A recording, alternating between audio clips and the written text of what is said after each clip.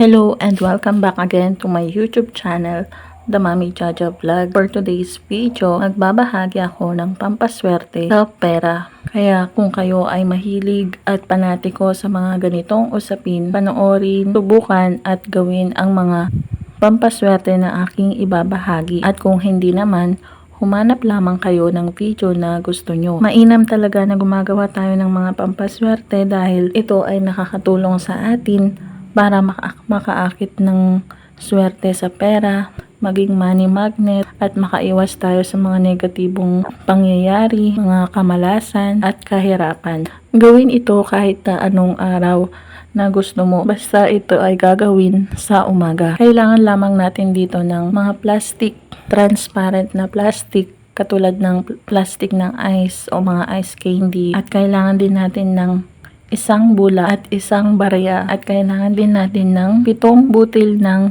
bigas at konting kurot ng asin. Ang 4 na sangkap na ito ay perpekto para makaakit ka ng swerte sa pera. Ito ang magsisilbi na pampaswerte mo sa iyong wallet. Lagi mo itong dadalhin kahit saan ka man magpunta. Palaging nasa wallet mo. Pwede mo itong pampaswerte sa sugal. Basta ang paggawa ng mga pampaswerteng ito ay laging pinasamahan ng 100% na paniniwala. Maging positibo at alisin ang mga negatibo mong naiisip, ang mga galit at sama ng loob.